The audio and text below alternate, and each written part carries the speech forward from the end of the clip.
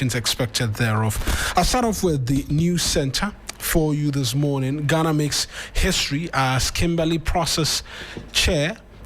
Comes with a picture of Sami Jimfi, who's a gold board CEO. We'll get you details of this because it says that story is on the back page. VAT flat rate hike from 4 to 20% will collapse SMEs. That's according to the Ghana Union of Traders Association. Joseph Obeng is president. He's on the front page. Cover-up suspected in Prestia Bogoso mine debt toll. We have to get details of that. MTN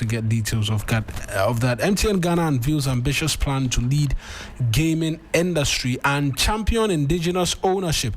Springfield requires decisive government partnerships. Kevin Autry, the CEO of Springfield, displays his sample of the newly discovered oil. Those are the stories on the front page, and I mentioned amongst many other things the Kimberly Process, which has been Ghana is now chair of. Details of that we'll provide to you shortly as well. Away from the news center, the new publisher leads with dad kills daughter over food. A bit unfortunate, that development. A world-renowned sculptor El Anatri stars at ICOM Dubai 2025. Then there is 15 petitions filed against OSP. Tampuli reveals. Story is on page 3. And Ghana gets leadership role in Kimberly Process. Those are the details there. I'll do the daily post finally before Helen will also come in with a number of papers with her. First Lady interacts with St. Mary's School girls, donates learning materials and interacts with scholarship beneficiaries.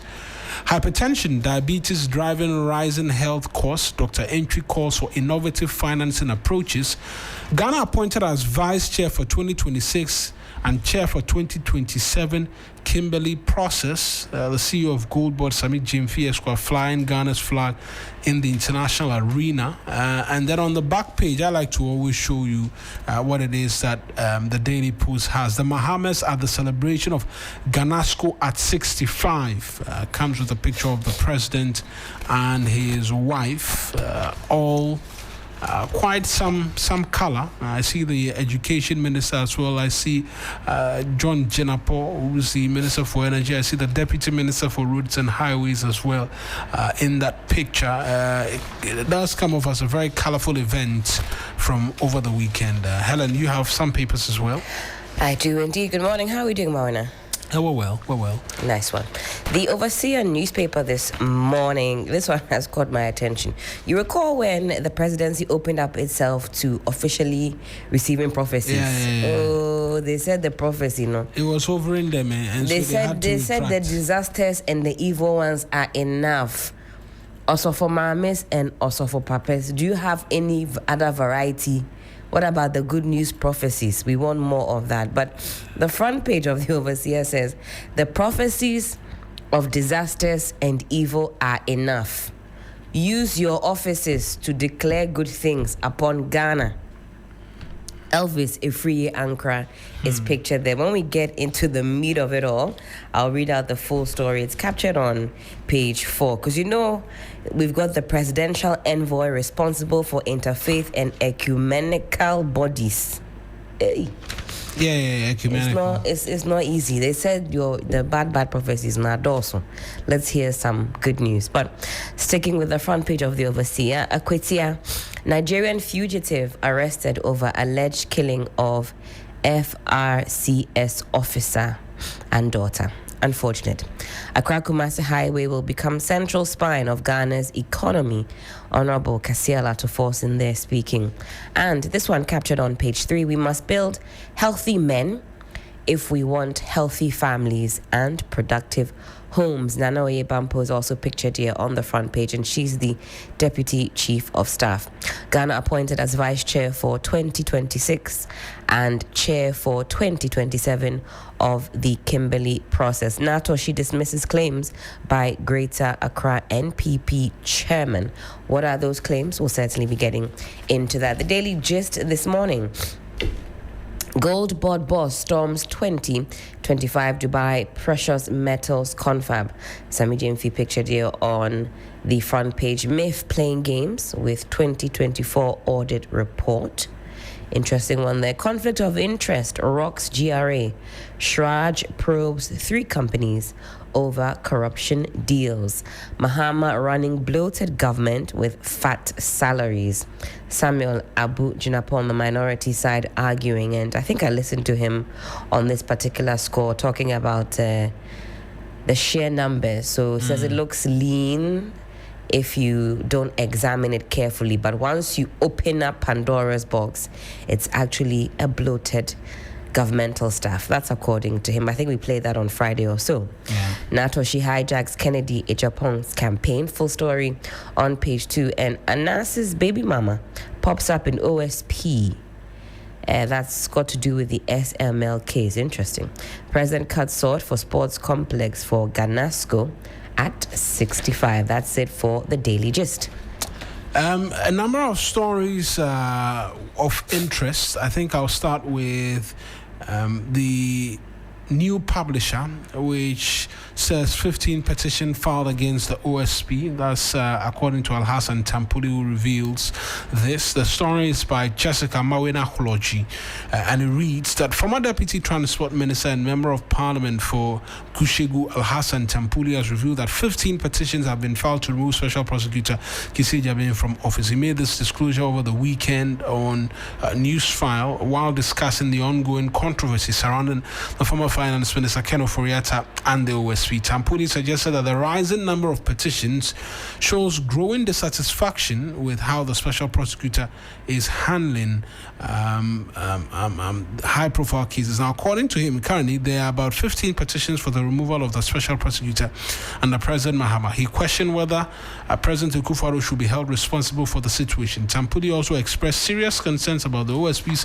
handling of investigations involving Ken Ofori-Atta. He argued that claims suggesting Ofori-Atta attempted to flee the country were misleading. He explained that before the former minister traveled, he had informed the current chief of staff at the time, as well as the transition team members. He added that if Ofori-Atta intended to evade justice, he would not openly communicate his travel plans. Now, if this was a person, and this is a direct quote, now if this was a person who was running away from justice, I don't know who will be actively informing people that I'm leaving the jurisdiction to go and seek medical attention. This beats my imagination, he said. Tampuli further questioned whether the OSP had even begun investigating Ofori-Atta over the SML contract issue at the time he traveled.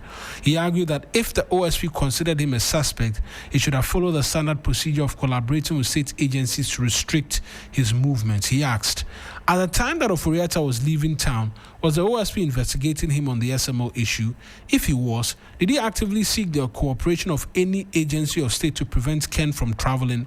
Because as you know, the CID, NIB, YOCO, FIC, OSP routinely, even the court, serves stop notices on the Director of Immigration to stop individuals that are subject of investigations or suspect of interest leaving the jurisdiction.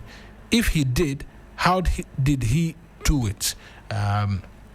Those are the questions which are coming forth. But 15 petitions, we understand, for the removal of the Special Prosecutor. Martin Pebu says he's going to be leading a demo which will take citizens straight to the U.S. Embassy's front door to go and ask for assistance in bringing Ken Ofori-Atta back. I wonder if he also has put forth a petition to have the OSP challenged. Now, I think this call for the removal of the OSP is reaching a bit of a crescendo. It's been, boiling and boiling and boiling and boiling and boiling and boiling. And I think it's certainly going to cause some type of movement very soon, very shortly. I think we're going to move from talk to action very soon, from how I'm monitoring. Where action means that some of these petitions might be looked into closely, because the dissatisfaction, I think, it has almost reached fever pitch levels. I think the ordinary Ghanaian is now asking some very pertinent questions. And in the beginning, I thought that those calls were misplaced, because we need as many corruption-fighting entities as we can get as a nation. But we also have to examine, are we getting the best bang for buck? The OSP is not a cheap entity to run at all. It guzzles a lot of money from the state coffers. And yet cheap. And we've got to juxtapose that against the results. I do see the OSP now via social media, letting us know what it is that they are doing, what it is that they have done. I don't know whether that's enough to sway the opinion of the everyday Ghanaian. I think this matter of Ken Ofori-Atta is going to be very decisive, very pivotal for the OSP. If the Special Prosecutor Kisei Jabin does not find a way to make heads and tails of this Ken Ofori-Atta matter, I don't think the people of Ghana will allow him to stay peacefully in that office. I think that's his biggest, and to a large extent, some of the commentary hasn't really helped in the situation. I think a lot of people have raised the red flags, in particular following his own admission that, look, I saw the man leaving and he says I was helpless. You think, I don't want to pump money into or pay taxes to a helpless entity. Exactly. It's got a lot of people asking questions. How do you mean you were helpless? You were helpless in what sense? You are supposed to be taking action. You're supposed to be doing something. How do you say someone is leaving the jurisdiction? And even now, that's become the subject of all of the debate. And from this story, Al-Hassan Tampuli asked a question. Did he engineer the processes to have the minister stopped? When did he even start investigations to ensure that the former minister was stopped in his tracks from traveling? Because the former minister as well informed that I was traveling. So if he was a subject of investigation and you needed him, did you reach out to the state agencies? Well, he said he did, and they were not forthcoming with collaboration. Then there are those who say that, did you take steps to go to the courts? The OSP has powers to arrest. So was that even initiated? Exactly. And so I think that commentary is what has riled quite a number of people up, and they're asking a lot of the questions that they are asking. And I do not begrudge anybody. Yesterday, the OSP held a Twitter space and attempted to, amongst many things, provide feedback to the Ghanaian people in terms of conversations. Did you tune into that? Yes, I did. How was it? I wish I had tuned in. It went quite well in terms of the responses that they sought to provide. They answered a number of questions as well on their invitation to Martin Pebu and what have you. I'm just trying to see if I can go and visit that space so that we'll catch excerpt of it. But they had cause to respond to quite a number of things on the extradition efforts, the removal of Ms. Ofori-Atta's name from the red notice. That explanation came for that. Look, he has challenged it. He has challenged his continuous presence on the Interpol red notice or red alerts, and so that's why it's not the first time he was challenging it for his name to be removed, and so it comes as no surprise. He challenged it the first time and he failed, and he's challenged it again. And they provided explanations as to Martin Pebu and the invitation to him, and that on the first day when he arrived, he had concerns as with the empaneling of the individuals who were supposed to meet him, and so they subsequently decided that they were going to schedule another meeting that other meeting, Martin Kpebu did not honor the invitation. They had called him several times. He wasn't available to speak to the matters which he had raised the allegations about and reason for which he was invited. And so there's another one that's been scheduled for Tuesday, and so they will expect Martin Kpebu to be there on Tuesday.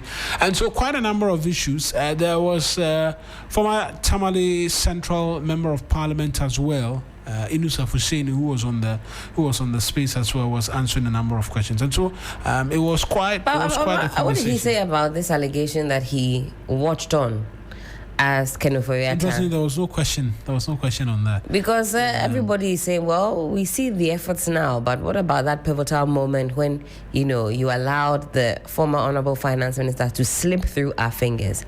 I myself will go back and find that space so that we can take a listen. But it's a big one. It's front and center. It's definitely on our radar. Maybe we will put out a poll ourselves at some point. I'll announce that once we have it up so we can further gauge the temperature. But ruminate on this. Do you think the office of the special prosecutor should continue to remain?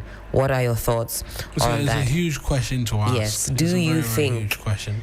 They should still be in business and that our tax money should be going to fund or going towards funding the OSP? Let's move on now and get into some spiritual matters. This one, it's captured in the overseer. The ecumenical people, huh? Yes, they say bring the good news. Bring the good news. Anyway, the presidential envoy responsible for interfaith and ecumenical bodies, Honorable Elvis Efri Ankara, has expressed concerns over what he describes as excessive indiscipline within the prophetic ministry and prophecies of doom.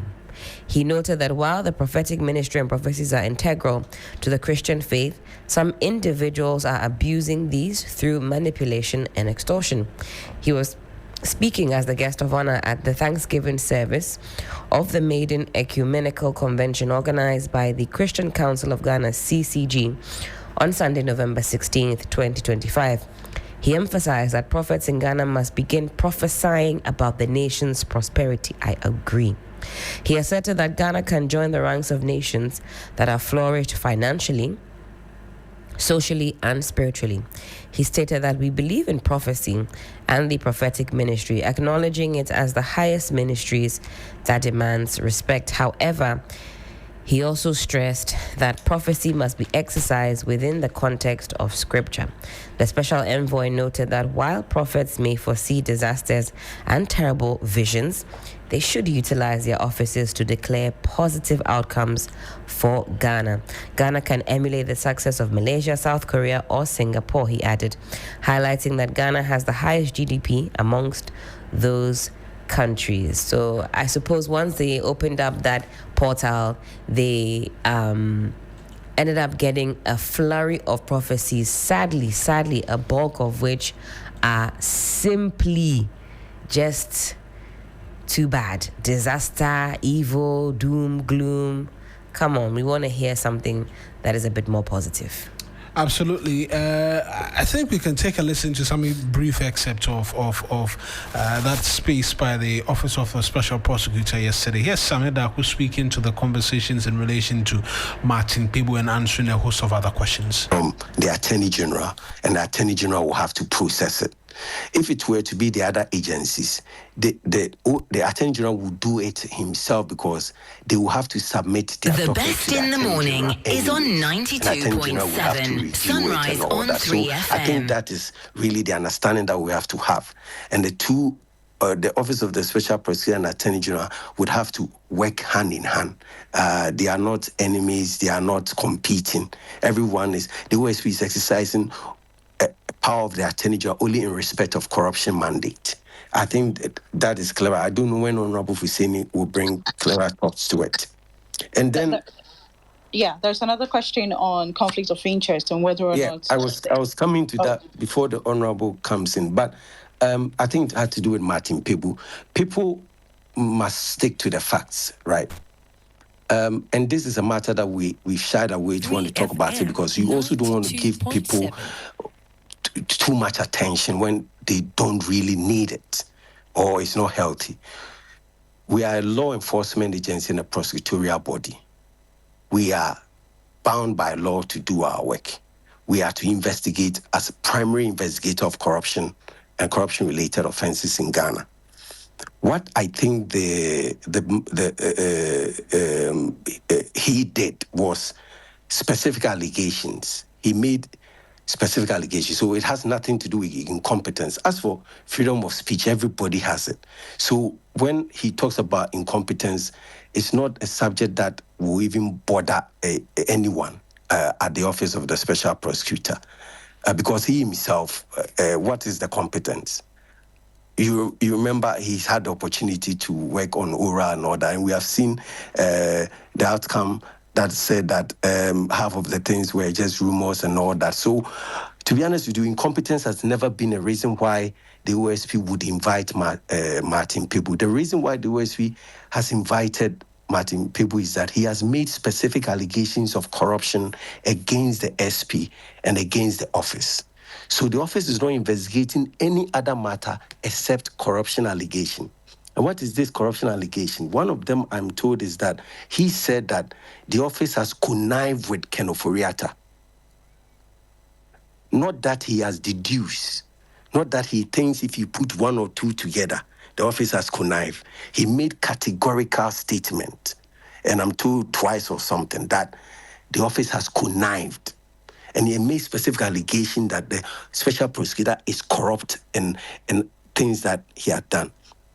And once we are the body that has to investigate corruption, naturally, to build trust and credibility in the system, we would invite you. So it's not just Martin Pebu who is coming to our office. Several people have come to our office who have made allegations of corruption. Recently, you even heard the DVLA boss say that someone came to bribe him and he did not accept it. The office invited him, and the office is investigating, and we'll put out the report on what we found, whether what he said is true or not, and all that.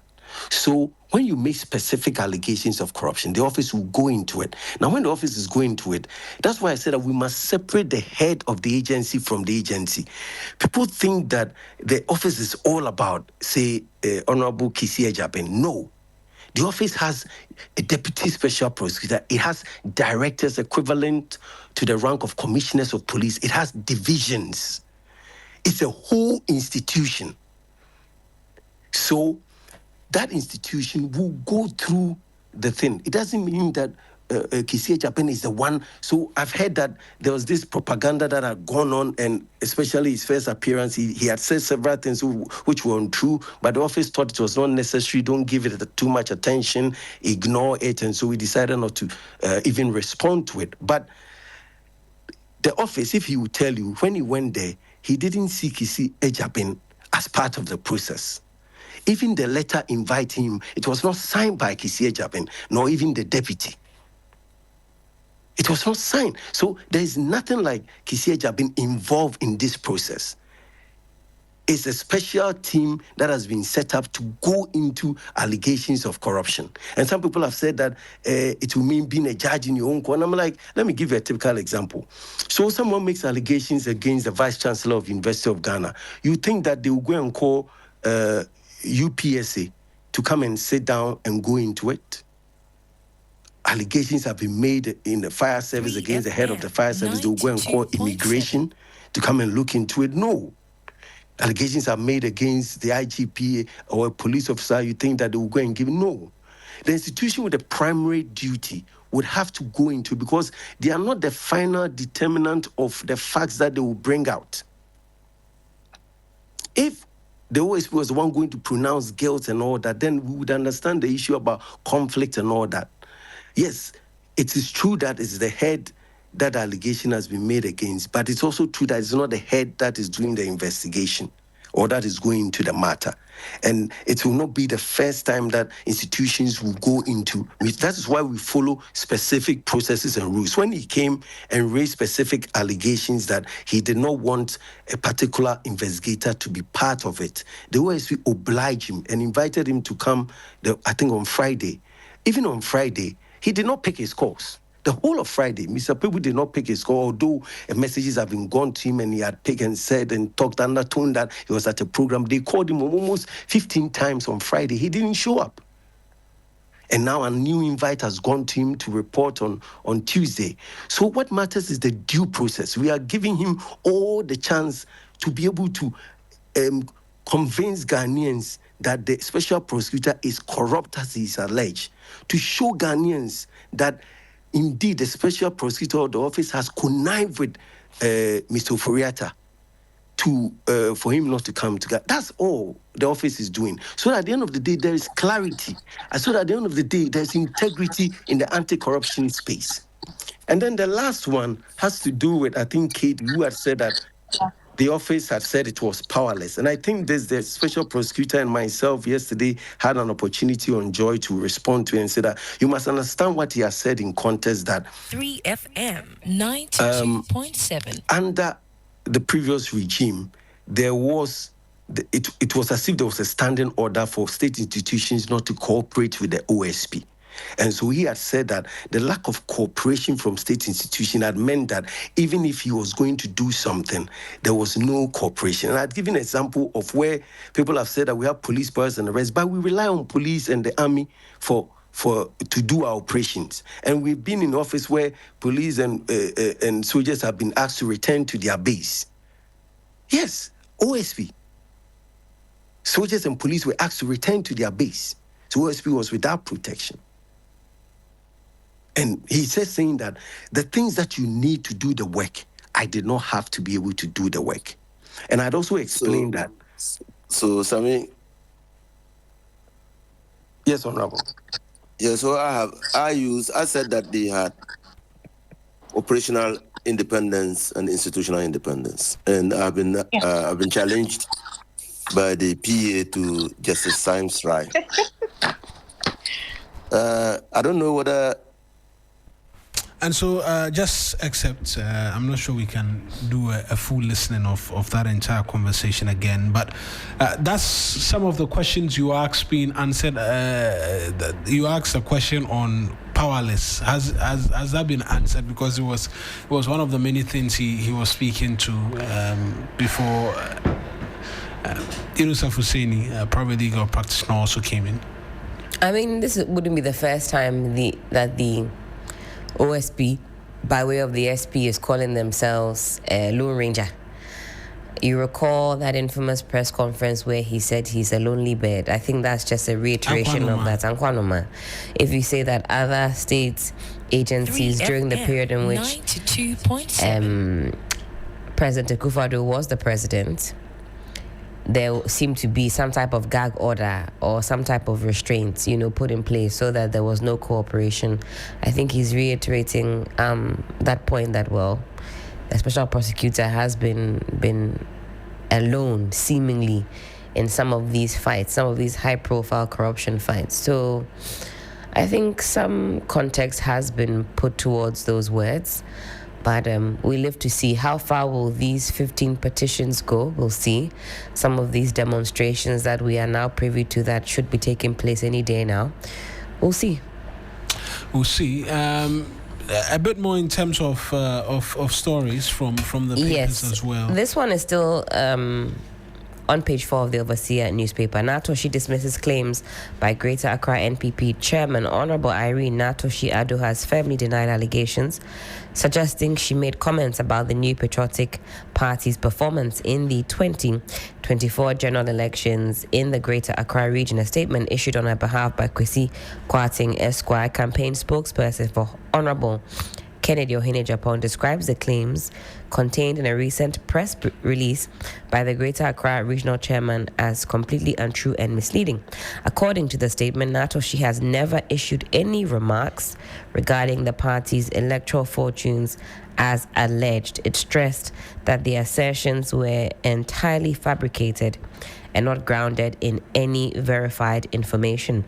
The statement further expressed concern that the regional chairman relied on unconfirmed social media posts to support his claims. It noted that in recent weeks, several fake posts bearing Natoshi's image and that of the GH1 TV brand had circulated online. Post the media house had since confirmed did not originate from them. Okay, now despite these clarifications, the statement said the regional chairman still proceeded to act on misinformation, resulting in the circulation of a false narrative targeted at NATO. Shall be honest, after reading this story, I still cannot make heads or tail of what I've just read. So there's a claim that NATO, she had made some divisive comments. Claims of which, according to this statement, was not true in this era of people slapping your face and your image on a news card and then attributing fake things you haven't news said to you. And the Greater Accra Regional Chair of the NPP, Divine Agohum, did not verify or go to her to ask, did you really say this? And also proceeded to issue a statement condemning her. And she says, if you do your facts or your fact checking, you realize that all of these things being attributed to me is fake. And so on what basis are you deciding to come at me when everything that you claim I said is not real? I think at the heart of this is there's a growing problem of politics based on tribal lines emerging within the NPP. Imagine. That sounds as though it's now cropping up. Has it emerged? Because for a while now... Has it now grown and bloomed flowers? And counter-allegations of, I am this, vote for me. We are this, don't vote for this person, has been coming up for quite a while. And it hasn't come onto the mainstream for a conversation, but on social media, you find it there and people are reacting to it, making comments. They're either bashing one side for saying something. I think some have come on the mainstream because we discussed one of such conversations. I recall Sixus where there was a direct Crosby was here and helped with a translation of somebody being a slave, another being another thing and all of that. That trend has to stop where it is because it's a recipe for chaos. It's a recipe for division, actually, not just for themselves as a party, because if this is what they are practicing and they eventually come out with somebody, I say it presupposes that's what they want to practice at the national scale, and so that must be stopped. Must be nipped in the bud. Exactly. I'm with you. Exactly. I'm with you. So that's the entire story, and because the allegations against her is she's saying that they are from a certain part of the country and somebody else should not be doing something. It's just distasteful. Very, very distasteful. I see. In every sense of the word. All right. Well, the Daily just captures it also in much fuller context. If you've got 5 Ghana cedis, you can pick that up and also be furnished with the full details. Some more newspapers, though, have been trickled through. Sixtus, good to see you. Daily Graphic newspaper. Reduce spare parts prices. Minister tells dealers, and that story is by Samuel Ohene Ewa. I think I like this story. Reduce spare parts prices. Yes, it's a cry we have cried for far too long. I don't know whether the minister is now waking up. Since fuel went down 2 leaps, I think at the beginning of the year, somewhere that's right. March thereabout, we started this cry. We are at the end of the year, and the minister is now putting her voice to it. I don't even want to say. I don't want to say anything about these spare part prices. So I just want to. How's the Prado?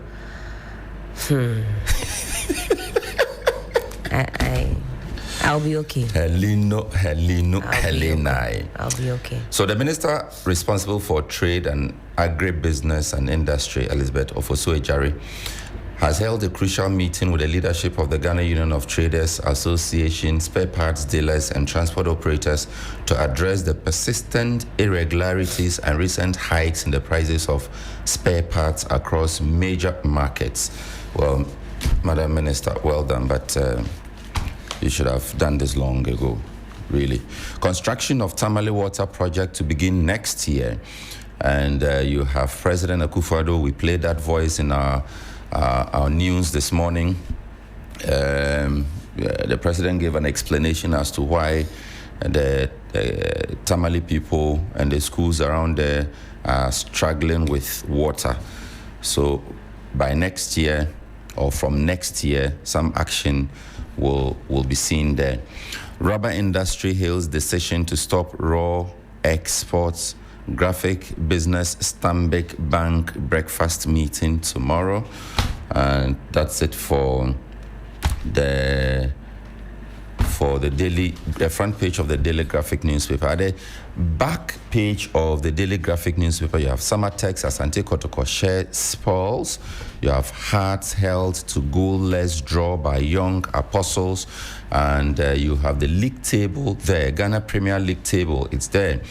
Aduana FC is at the top of the table with 23 points, followed by Hearts of Lion, 22 points, and Mediama SC, 22 points, comes number 3. Somebody's favorite, Asante Kotoko, is number 4 with 20 points, but I still cannot see the Hohoi United people. I think they are somewhere at the bottom. Number 15. Yes, they try. 15 out of 18. They try. 11 points. Hohoi, you try. You try. Brekum Chelsea. Silence for a reason. Brekum Chelsea is also down there. 11 points shares with Hohoi. So Swedro All Blacks, Dreams FC, Brekum Chelsea, Hohoi United, they all have 11 points, and Bechim United, Holy Star, 6 points, and the table is carried on its shoulders by 11 Wonders. They have 3 points. Don't forget, you can have all the Premier League matches here on TV3 and on 3FM. Your home of the Ghana Premier League. The Ghanaian Times newspaper carries on the front page GRA media to intensify tax reform education for compliance, revenue generation, and this is coming from the Commissioner General. He's pictured here, Mr. Anthony Kwesi Sapong. Renowned Ghanaian sculptor L.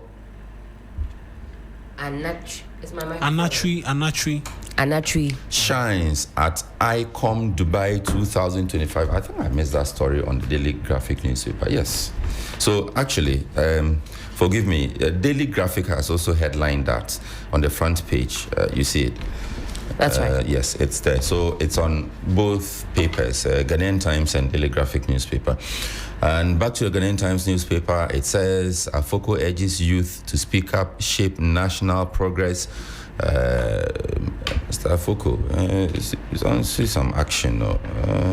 You carry hope. Springfield's WCTP2 contribution, major national milestone. Kojo Poku is the one quoted here. I'm not sure which Kojo Poku. And at the back of the Ghanaian Times newspaper, you have Mediama held at home. Karela sink Holy Stars in 5-goal thriller. Why was it a training match?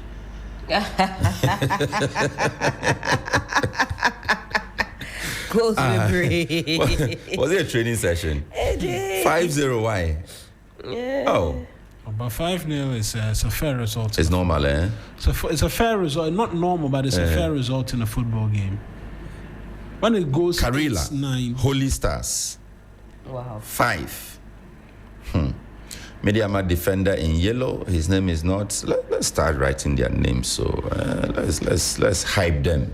They have to take up sports at the Black Stars. We have to come to a time where 70% of the Black Stars is composed of players from the Ghana Premier League. It's a campaign that we have to. In fact, I'm adopting that campaign in addition to my Otoado Must Go campaign. And I believe it's because Otoado is not looking inside. I don't know. I'll have to ask. Hey, so again, I ask you, what are you going to do when the mighty Black Stars bring home this World Cup? You're going to have to leave Ghana. Under Coach Otoado? Yes, you're going to have to leave Ghana. You're going to have to go to Canada. No, if he does it, I'll sincerely apologize. Good. But the two friendlies we played, Japan, South Korea, What do you understand by friendly? You want to be friendly to your opponent so that You think they came to friendly you? You have to be friendly so you don't show them your upper hand. Are you with me? Their what do you call it? The second team, the one that comes from the bench. What do you call that? I think there's a term for it. You see, your bench in itself should be a team. Yes. Your bench in itself should be capable of running a game. So if you get into the tournament and something happens to your first 11, I mean, your bench in itself should have that capability. When you are about to substitute a player, you know that the one coming in has a lot to offer. Not that, I just there filling space. But we saw our second team. Hearts, Young Apostles, shares fall. So I should have ended by saying Coach Otoado must go. Swedro All Black Stand Dreams FC, and Ghanaian Times newspaper has also featured the scores at a glance. T&A Stadium, Aliu Mahama Stadium, that's where all the games that were played. Hoho United played at home and lost. Okay, no, they drew. I'm sorry, Mawena. They drew. But they are still at the bottom of the table. So that is it. But funny enough, the Ghanaian Times newspaper and the Daily Graphic newspaper, they have not captured the OSP stories. In particular, what story do you reference? Oh, the spaces that the OSP held yesterday. Okay. What caught your attention in particular? Should have come from it. But you know my position on this matter already. I don't think that OSP must go. Relax. There are two issues there. Okay. And the poll you put out, you said the comments you invited under the question. We're asking people to answer whether or not the office must be scrapped. That's right. I think it's a very, very, very, very, very unfair tangent that we are on as a nation. It has snowballed 6-2 to a different. It has reached fever pitch. I'm surprised. Which is sad. I'm surprised. See, there are two different issues in this matter. Kissie Jabeng is head of the OSP. He is the occupant of the office. He is the special prosecutor. The office of the special prosecutor and the head of the special prosecutor are two different entities. One runs the other. If for some reason the claim is that the head is incompetent to run the institution, that incompetence of the head cannot end up being the incompetence of the office. Okay. I have been on this argument because I followed the formation of the OSP. And I was one of the few media people, journalists who was always in the CSO meetings, all of that. And Inos Afusene, like you said, it pains me I couldn't follow the space. I really, really wanted to, especially with somebody like Inos Afusene. This man had a big voice and a huge contribution to the formation of the office of the establishment of the office of the special prosecutor. And the idea, you call it the thoughts that went into the establishment of the office, I don't think we are yet to realize them. But it does not also mean that we throw away the baby with the bad water, if indeed the water is bad. Because I still want to even argue that the competence of the occupants of the office, and I am not sure that we have allowed the office of the occupant of the office to run the process enough for us to say that he is incompetent. And the other day I gave you the narrative or the argument of he as a teacher. And there are so many lawyers in town who will say that Kissie Jabeng has taught them criminal law. That's right. And some of us were privileged enough to sit in his lecture room and sit in his tutorial room. So we had a double dose of him, and we can say that we know he knows his stuff. The argument has also been made that, look, being a defense attorney is very different from being a prosecutor. That's right. Granted. But who is born to be a prosecutor? Who? So I think that the problems that the Office of the Special Prosecutor has suffered in the last couple of months or 3 to 4 months, really, it's not about his competence. It's probably because the office rushed to communicate something, gave hope to people, and the people now are asking, where is the man you said you had because had the bundled up for OSP is us? now being judged solely, seemingly, on the Ken Ofori-Atta case. Which is not fair. Despite all the others that have Let's passed look at through the the hands. totality of the work of Kisia Jabeng from the time he took office, he took over from Martin Amido, and ask ourselves, on the totality of the work, has he delivered himself? Has he competently handled the office, both as an administrator, as a prosecutor, because again, I'm sure that if we went into the operations of the Office of the Special Prosecutor, we'll come to agree that the head of the office, is not directly on the daily cases, even though, yes, he will be part of decisions that will say, let's go after Ken Ofori-Atta, let's go after Helen, let's go after Mawina, or he will say, okay, don't go after Mawina, go after this person. Yes, but let us put together all the work that has been done. And if at the end of the day we say that the OSP has since taken over, has called in 25 cases, has won only 1, has lost 24, and is still suffering bruises on some other 10 that he's been nursing, then we can say that he's incompetent. But if they organize a press conference and communicate and say that this has happened, and it turns out that that is not the case, because of that we say he's incompetent. Is that a fair? Political actors are reading into the lack of action that we're seeing in the Ken Ofori-Atta case. They say that, fellow Ghanaians, you have been played, that this is all a grand deception. Are we just being Helen, but I also expressed my dissatisfaction on that particular issue here, right, on this show, right. On this same seat. I have said that he had not been candid with Ghanaians, because the time the office communicated to Ghanaians that, look, we have set processes in play for the repatriation of extradition of Ken Ofori-Atta, only for us to hear from Deputy Attorney General like 2-3 months down the line that the processes have not even started. So yes, the special prosecutor may owe Ghanaians an apology on that score, but does that make him incompetent? Does that?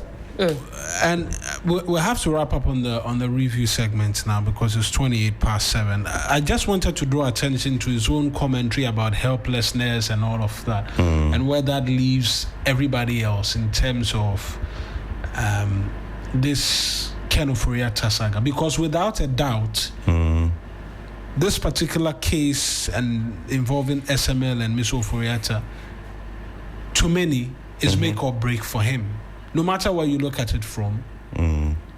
And there was a general admission yesterday on that space that, look, yes, there are other state agencies. Why are they not going after them with such intensity? Because, simply put, Ken Ofori-Atta is the first ever finance minister, who had his own MPs come up against him and demand that he be removed from office.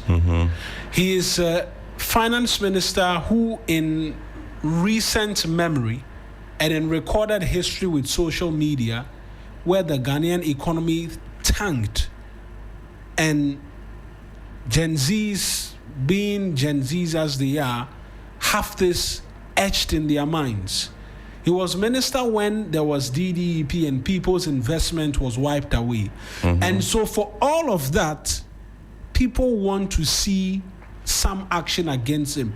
Notwithstanding the fact that... I'm sorry, don't say he was minister when. Say he engineered. Okay. Notwithstanding the fact that these are matters upon which he cannot stand trial for. That needs to be placed on record. That he cannot stand trial for, or he cannot be prosecuted for DDP and whatever. Right? But all of that anger is what snowballs into this expectation that the one thing that you say you have on him, make sure you have it right and you get him. Because for all of the other reasons and for all of the other things, it's likely he was in office and really nothing can be done about it. And so that is where all of the anger is. And that's why people feel that, look, if the office of the special prosecutor, and I don't mention an individual's name because it's an entire office, if the office of the special prosecutor fails to deliver on this mandate, and again, I say this without shying away from presumption of innocence. He is innocent until proven guilty. I'm just speaking to the expectation of Ghanaians on the office of the special prosecutor. And that expectation is born out of the economic recession that was suffered, people's investment and savings, which was eroded as a result of DDP 6 says you want to term it as engineering. That has now become a cross on not just his head, but the head of the OSP as well. Because the pain runs so deep. It is running deep. Such that people are making the argument that, look, we do not care how you go about it. Get us this man, because for some reason, not for some reason, because he was responsible for all of the economic downturn, and so get him for us. Whether or not he is guilty for this causing financial loss, that is what the OSP is up against. And I think we have to say it as it is. That is what the OSP is up against. And I fear it's a very arduous task for him, to be very, very honest. That's what he's up against. Okay. So, yes, let's separate the issues. I agree with you, but let's separate the issues. Should we scrap the office of the special prosecutor? No. Should Kissie Jabeng leave office? No. Did Kissie Jabeng lie to us as occupant of the office of the special prosecutor? Was he candid with Ghanaians on the issues of Ken Ofori-Atta? I don't have the full facts, but what I know, what I heard from that press conference, reconciling that with what Deputy Attorney General came to tell us, yes, Mr. Kissie Jabeng has some explaining to give us. Should we sack him over that? No. Let us let him concentrate on the matter. And that is why I will agree with you, Mawina. Let us let him handle this Ken Ofori-Atta matter. Then from there, those who are crying, they can then cry loud enough so that we all see that, oh yeah, the man indeed is incompetent. But in the meantime, let the man do his job. All right. That will be all for the news review. You can call us a bit of a... And congratulations to Same Jamfi of Gold Board. Absolutely. He brought home, you were reading some of the headlines. You said you come back to it. You didn't come back. So let me do that. Yes, he's been appointed it's a big position. Vice Chair for the 2026 Kimberly Process, and he's a chair. So he'll be Vice Chair for 2026, and he will be Chair for 2027. That story, let me try and just get it quickly before I run out of the studio. And the Republic of Ghana, represented by the Gold Board, has been appointed as Vice Chair in 2026 and Chair in 2027 of the Kimberly Process. The announcement of this historic appointment was made on the 21st of November during the closing session of the 2025 Kimberly Process plenary held at the Al Mas Conference Center in Dubai. The appointment, which followed 2 days of intensive deliberations, ministerial engagement, and consultations among government, industry stakeholders, and civil society, makes Ghana the first country in West Africa to serve as Vice Chair and Chair of the Kimberly Process. Per the governance structure of the Kimberly Process, the Chair and Vice Chair are appointed by the plenary consensus, and they oversee the implementation of the Kimberly Process certification scheme and the operations of the working groups, committees, and administration. Some say the thought-provoking statement delivered by the Chief Executive of the Gold Board, Mr. Sami Jimfi, during the ministerial session set the right tone and contributed to the confidence expressed by participants in Ghana. So about the Kimberly Process, it was established in the year 2023 by the United Nations. It is a multilateral certification scheme designed to prevent conflict diamonds from entering the legitimate global supply chain. Its core objective is to ensure that revenue from diamonds do not finance armed conflict, terrorism, or civil instability. and the Kimberly Process currently brings together 86 countries represented by governments, the World Diamond Council or industry, and the KP Civil Society Coalition. So it's a huge deal. It's a huge deal. And congratulations to Sami Jimfi and the members on the Gold Board. I had the chance to peruse that speech which he delivered at that conference, and yes, you can say that amongst many other things contributed to the warm reception that he has received in relation to this. Time for us for you to call us. 055 924 2717 055 691 0154. But we'll do that right after this quick spot of commercial.